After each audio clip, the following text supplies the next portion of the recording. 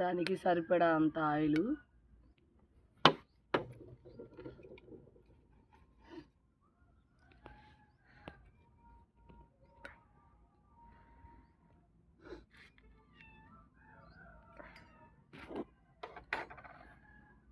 ఇది మా చెట్టు కరివేపాకు. ఇది మంచి ఫ్లేవర్ వస్తుంది కొన్నదానికంటే.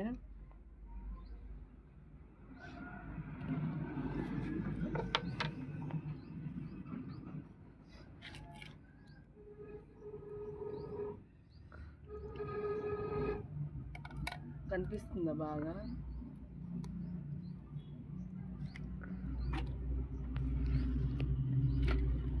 ఆఫ్ చేసావా? నూనె ఆయిల్ కాగింది. ఇలా పెట్టుకుంటే ఆయిల్ వేడైనట్టు అర్థం. కరివేపాకు ఆయిల్ పెట్టి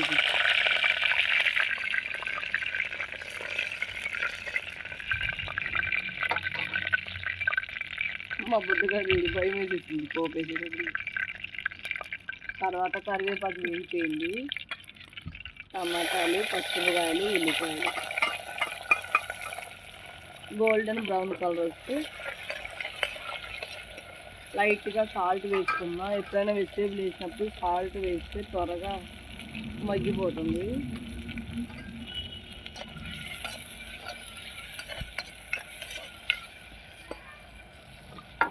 మూత పెట్టేద్దాం. మూత పెట్టేస్తే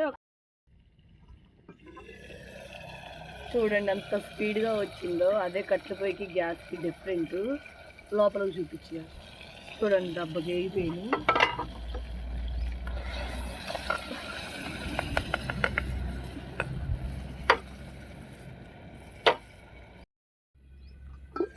మగ్గిపోయింది. ఒక పావు కేజీ గ్యాస్కి 2 లోటాలు వాటరు.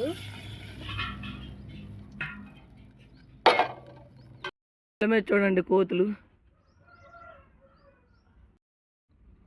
5 మినిట్స్ తర్వాత చూడండి ఎలా మరుగుతున్నాయో. దీంట్లో ఇందాడ వెజిటేబుల్స్ మగ్గడానికే వేసాను సాల్ట్. ఇప్పుడు సరిపోడు వేస్తున్నా.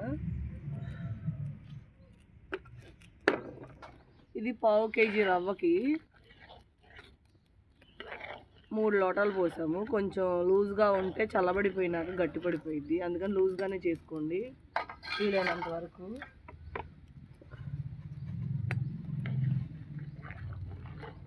రవ్వ పోసేటప్పుడు ఖచ్చితంగా తిప్పుతూనే ఉండండి, లేకపోతే ఉండకట్టేసిద్ది. ఉండకడితే అసలు టేస్ట్ బాగుండదు.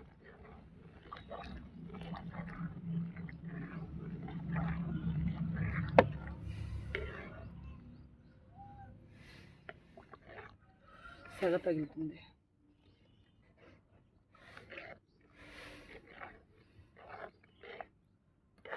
సరిపోతుంది చూడండి. అస్సలు ఒక గడ్డ కూడా లేదు. ఉప్మా చేయడం కాదు, ఇలా గడ్డ లేకుండా చూడటానికి ఇంత కలర్ఫుల్గా ఉందంటే ఆటోమేటిక్గా తినాల్సిన దానికంటే క్వాంటిటీ కొంచెం ఎక్కువే తింటాము. కాబట్టి ఉప్మా పర్ఫెక్ట్గా వచ్చింది అంటే దాని అర్థం ఏంటంటే ఒక్క కూడా గడ్డ కూడా లేకుండా ఉంటేనే వచ్చింది అని దాని అర్థం. చాలు, ఇంకా అసలు మంట అవసరం లేదు. రవ్వే కాబట్టి మగ్గిపోద్ది. అయిపోయింది. ఇంకా పుల్లలు అసలు రవ్వ పోసాక పుల్లలు ఆరిపేస్తున్నా.